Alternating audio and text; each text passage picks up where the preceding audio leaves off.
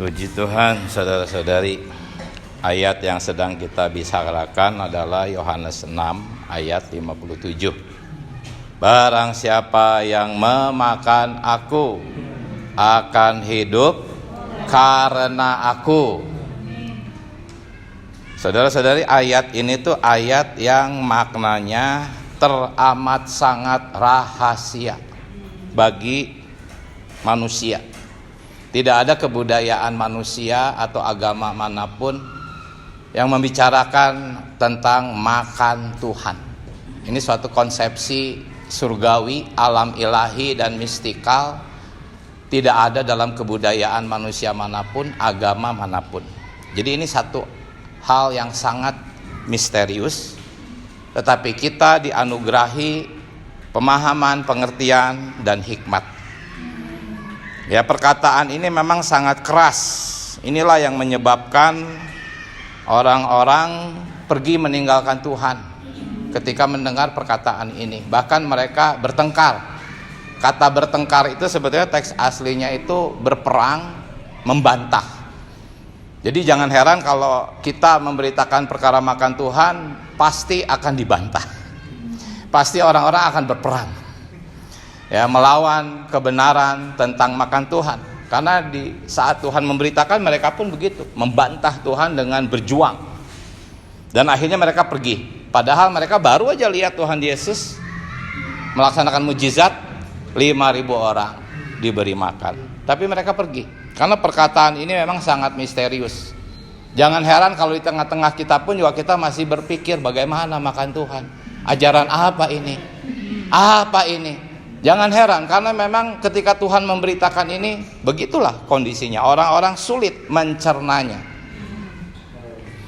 Jadi karena perkataan ini keras sampai hari ini, maka kebanyakan orang Kristen tuh hanya tahu bagaimana caranya apa? Memuji Tuhan, menyembah Tuhan, melayani Tuhan, bekerja buat Tuhan, berkorban buat Tuhan. Pokoknya semua buat Tuhan. Tetapi perkara makan Tuhan, mereka tiba-tiba berjuang, berperang, membantah gitu. Aneh. Ya. Padahal saudara-saudari, hubungan kita dengan Tuhan yang paling dekat adalah hubungan antara pemakan dengan makanan. Coba kalau kita mengasihi Tuhan sebagai mempelai, kita mengasihi Tuhan sebagai raja, kita dengan Tuhan terpisah, nggak terlalu dekat. Tetapi kalau kita dengan Tuhan sebagai pemakan dan yang dimakan, itu berbaur menjadi satu. Itulah rahasianya kenapa musuh paling menyembunyikan ini. Karena inilah inti ekonomi Allah. Allah ingin berbaur dengan manusia. Itulah sebabnya Tuhan mengatakan, barang siapa memakan. Tuhan gak berkata barang siapa bersekutu intim denganku, barang siapa berdoa, barang siapa melayani. Enggak, Tuhan berkata jelas, dagingku benar-benar makanan, darahku benar-benar minuman. Barang siapa memakan aku akan hidup oleh aku. Sampai hari ini pun kita semua masih terlalu bodoh soal cara makan Tuhan. Tadi saudara Lukas bersaksi, dalam kehidupan sehari-hari memang seperti itu. Kita semua masih bodoh dalam perkara makan Tuhan. Mungkin secara doktrinalnya sudah paham, nggak lagi membantah. Tetapi dalam pengalamannya kita semua masih misterius, saudara-saudari. Karena Yohanes 6 ayat 57 itulah perkara yang amat sangat rahasia. Tidak ada di dalam kebudayaan manusia manapun. Bahkan kekristenan yang merosot jadi agama ya sama aja, tidak ada di dalam agama Kristen pun. Kita memang kalau di KTP agama Kristen, jangan bilang tidak beragama ya. Tetapi kita bukan agama sesungguhnya. Kita itu penikmat Kristus. Karena itu Tuhan berkata apa? Bekerjalah untuk makanan yang kekal. Seolah-olah Tuhan berkata, hei, pekerjaanmu adalah makan aku. Itu maknanya sebetulnya. Tuhan tidak mau kita berjerih lelah dengan kekuatan sendiri. Karena Tuhan mau kita hidup karena Tuhan. Kalau di LAI hidup oleh Tuhan. Tetapi makna yang sebenarnya itu karena. Saudara-saudari, kita bisa bekerja, kita bisa punya tenaga karena makanan. Tetapi kalau hanya karena makanan jasmani, mungkin tubuh kita sehat. Berapa lama sehat? Sampai umurnya udah menua, coba makan makanan yang paling sehat. Bisa nggak menyehatkan? Tetap mati akhirnya. Makanya Tuhan berkata, Bapakku memberikan kepadamu roti yang benar. Perkara-perkara jasmani memang itu makanan, tetapi itu untuk sementara. Supaya selama kita mengenakan tubuh ini, kita bisa makan Tuhan. Kalau tubuh kita sakit-sakitan, nggak bisa kita bersidang, baca Alkitab, doa baca, nggak bisa. Memang ada fungsinya makanan jasmani, tetapi Tuhan berkata, bekerjalah untuk makanan yang kekal. Akulah makanan itu. Jadi saudara-saudari, hari ini pun kita masih bingung bagaimana caranya makan Tuhan. Tuhan tahu orang-orang tuh pada bingung. Makanya dia langsung berkata, hei, bukan daging. Daging sama sekali tidak berguna. Ayat 63 dia berkata, rohlah. Bukan daging, rohlah, bukan daging.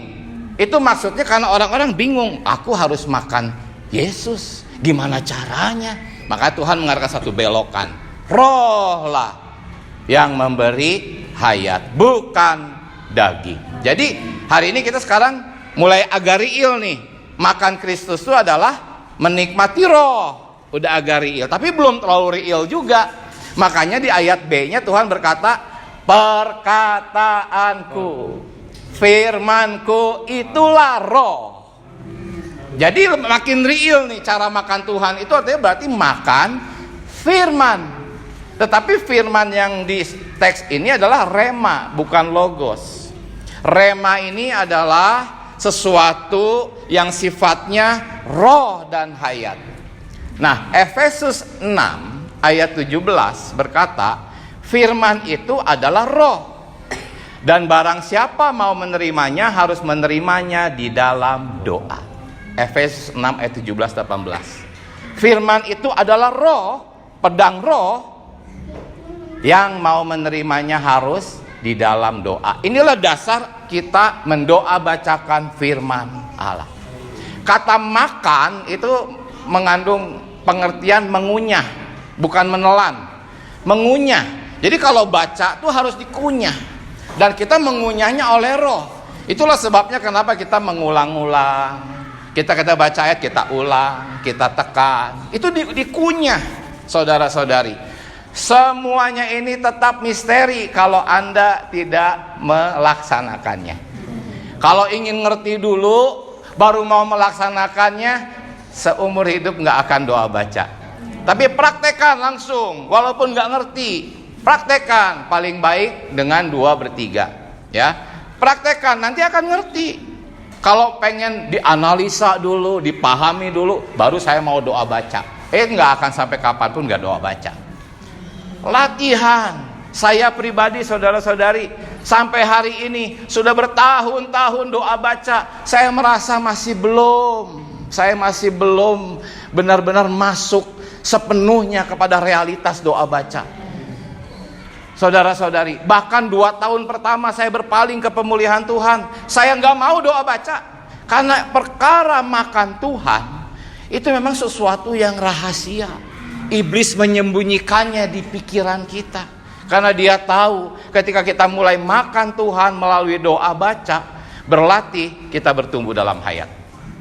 Dan ketika semua pemenang tercapai, dia habis nasibnya. Semua pemenang adalah orang-orang yang bertumbuh dalam hayat. Jadi saudara-saudari, jelas makan Tuhan itu adalah roh. Banyak sekali ayatnya. Roh itu adalah firman. Dan kita harus menjamah Alkitab dengan roh kita. Firman itu kalau diilustrasikan tuh saudara-saudari seperti suara. Suara ini kita mau bawa-bawa nggak bisa kan?